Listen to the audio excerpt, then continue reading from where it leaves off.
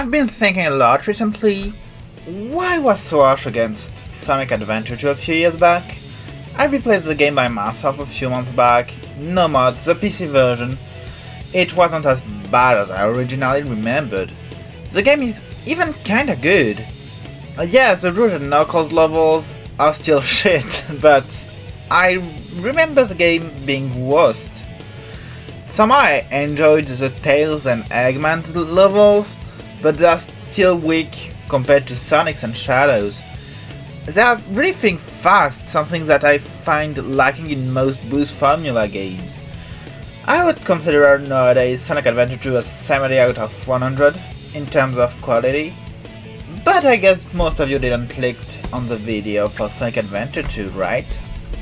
I wanted to begin the video with Sonic Adventure 2 because it was the last video game I talked about on the old format. 4 years ago already. Oh my god, I'm getting old.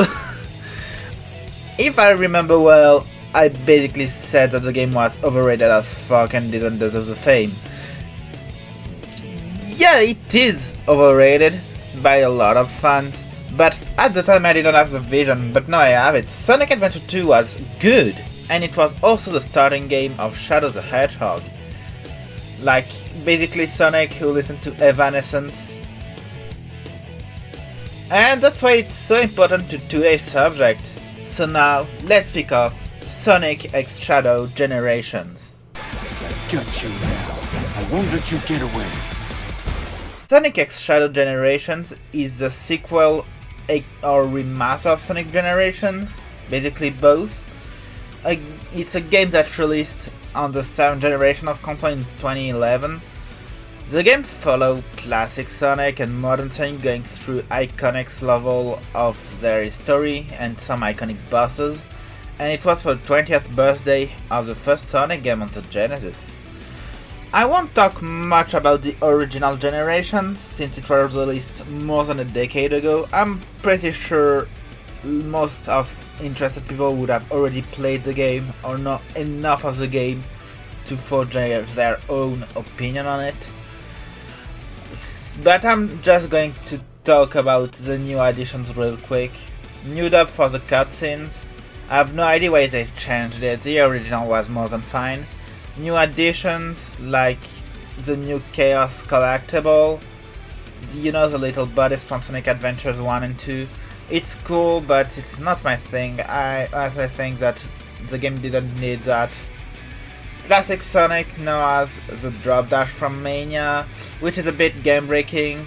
Getting an S rank was already so easy in the original game, and now it's just a piece of cake. But I'm not gonna complain because you can turn it off, so it's not ruining the game. Also, the Casino Night DLC is included in base game, so it's cool, I guess. And now let's begin.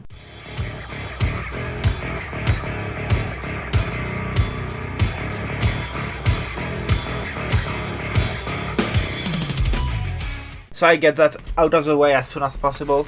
The DLCs are Sega Classics, which means that it's as Sega and Atlus are both terrible when it comes to DLC. Zavas has made that Sonic X Shadow Generations doesn't have it as bad as Persona 5 or Sonic Forces, but still, those DLCs are Sonic Jam skin for Classic Sonic and a Sonic Adventure skin from Modern Sonic. So yeah, it's just skins. And for the Shadow part, it's a Terios skin for Shadow, which, like, if you don't know, Terios was Shadow's beta design, which is cool. It's cool to have that piece of Shadow history, and also the Sonic movie pack in the Shadow extension where you play as Shadow in Shibuya. The DLC is like $6 on Steam for 15 minutes of gameplay, so it's not worth it in my opinion. Plus movie Shadow is locked to this level and it makes it not a new skin. So yeah, I wouldn't recommend.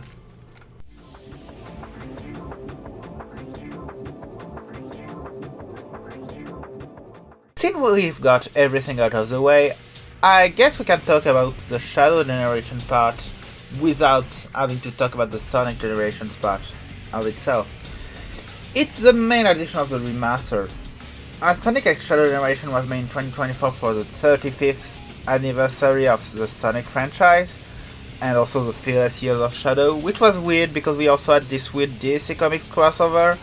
It's basically the same thing as what Nintendo did for the year of Luigi, but unlike Luigi, Shadow cooked.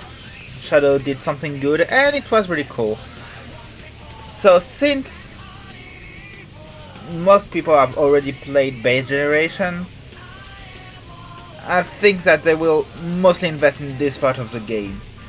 Each stages or zones are made of 2 acts structured like the one from the base game, one 3D stage and one 2D or 2.5D stage. But unlike OG generations, there is sadly no classic Shadow, so you will have the same ability between the two styles. The 2D sections feels a lot like the Sonic Rush game. I think it's a bit weird. And the 3D acts feel more open than those in the Sonic part of the game. It is honestly very good for variety.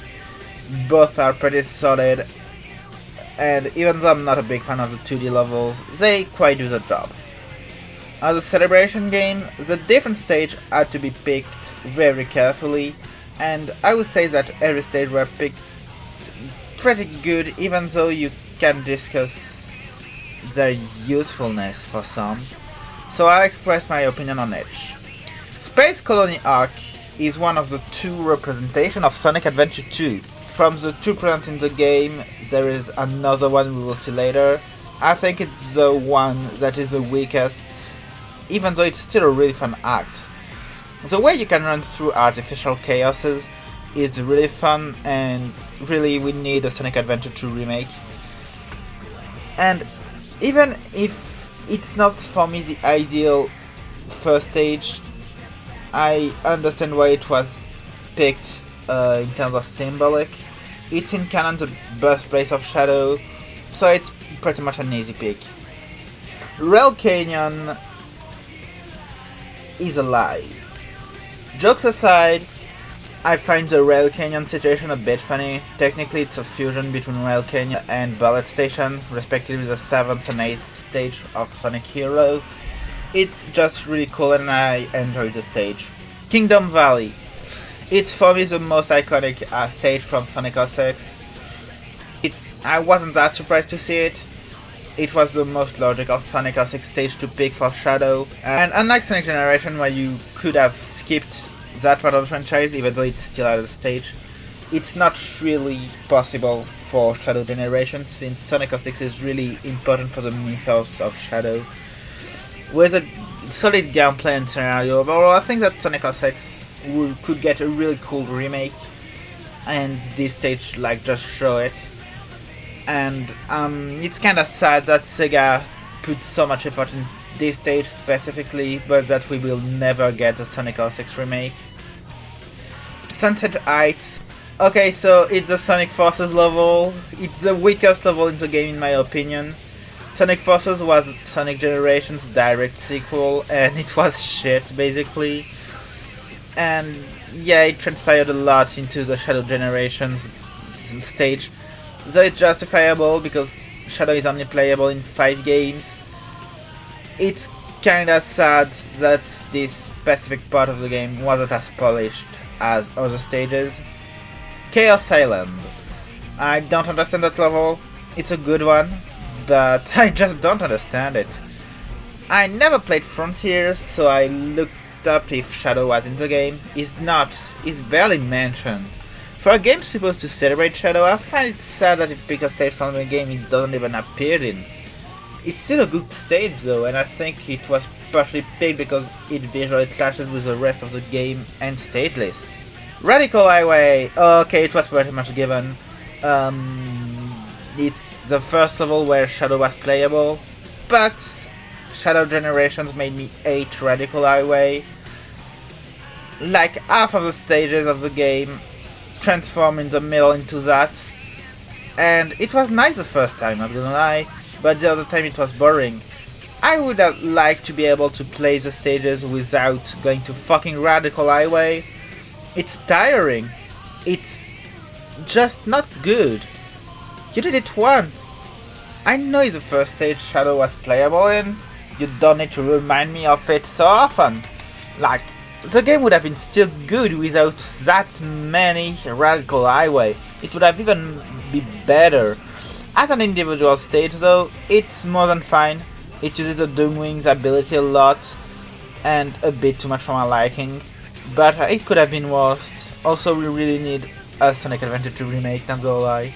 And since I've mentioned it now, every time you beat a boss in the game, you get a new ability. At the beginning you only start with Chaos Control, but after that you get Spears, Surfing on Water, Splatoon, which is like, I fucking hate the Splatoon ability.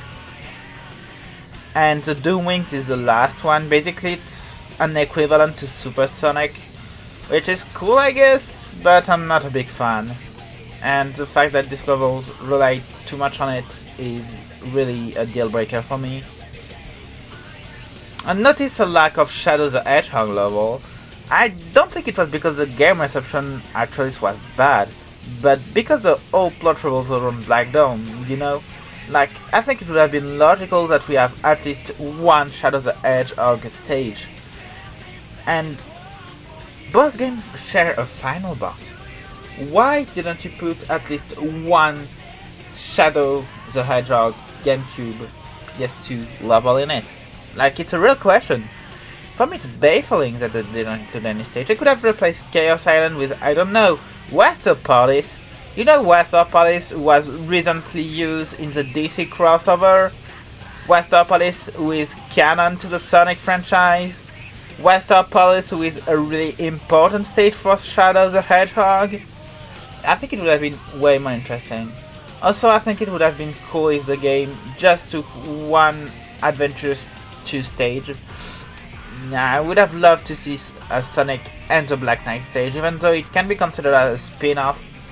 I think it's one of Shadow's most memorable appearances. I like the stages though. It could have been better, but I'm not gonna complain.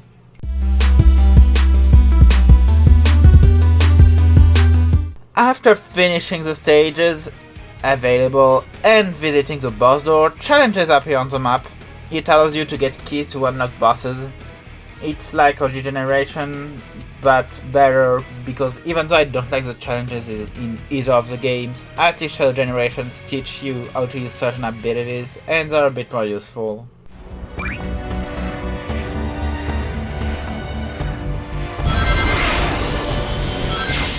It's the stage select. I think it's important that I talk about it here, because I really didn't have the chance until now, and it's a big part of the game. The white space basically it's a hub, and it's a giant open zone. It has a lot of collectible, including music, concept art, and story bits from other games. You unlock them with optional ring collecting challenge, in chests that you have to open with emblems you find in stages, and some music notes that you can access with the bells that are on the door. It's cool. There are also some side quests, but I didn't complete any of those because who the fuck cares? Unlike Sonic White Space, Shadows is 3D. It makes it better in terms of gameplay and exploration, but you can get a bit lost sometimes. But I think it's not that big of an issue due to how fun it is.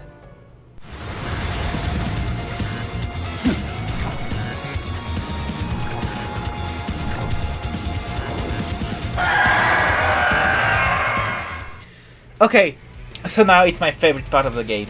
I'm literally in love with the boss list. Each boss has a little parkour you need to complete to access the door. I'm mentioning it now because it's important for one of my favorite boss of the whole franchise, not gonna lie at this point. The Bio Lizard is the first boss of the game, and the most expected one.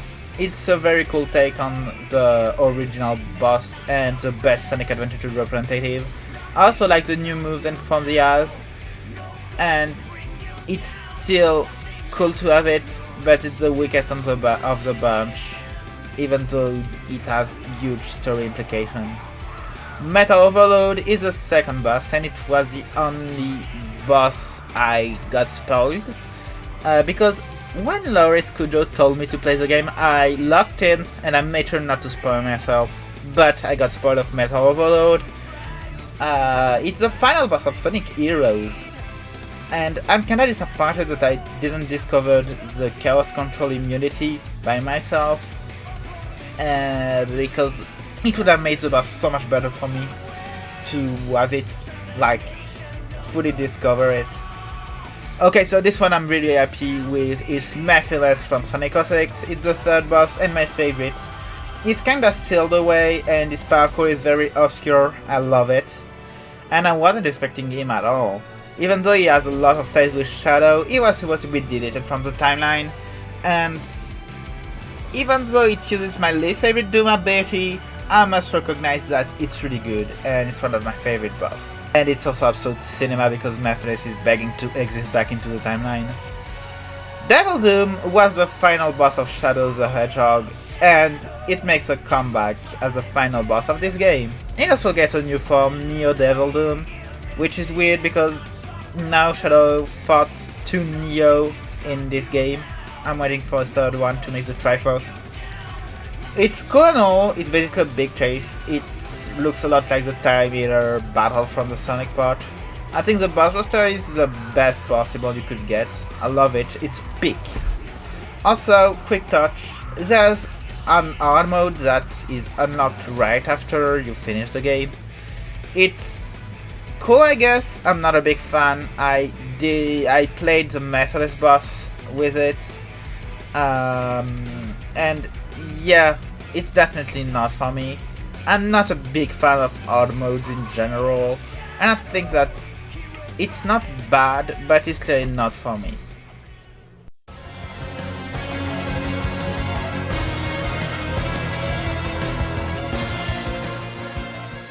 Okay, so for the conclusion, I would like to talk a bit about the Sonic franchise as a whole. So here are the Sonic games I've played. I didn't include very minor games like the Master System games, Game Gear games, and Game Boy Advance games. And there's more missing, but here's a rough list of the Sonic games I've played. Now I crossed out the games that are below what should be expected from a franchise like Sonic. Yeah, it's not great. I started playing Sonic when I was like 4. I remember having the Genesis collection on my PSP. I was playing the first Sonic games all day. I was in 2005, I was 1 year old when Sonic 06 released, so I never really knew that game. Now let's go to 2011. I didn't have my PSP anymore, but I had a DS with an R4. And I had the Sonic Rush games. Games that I loved dearly.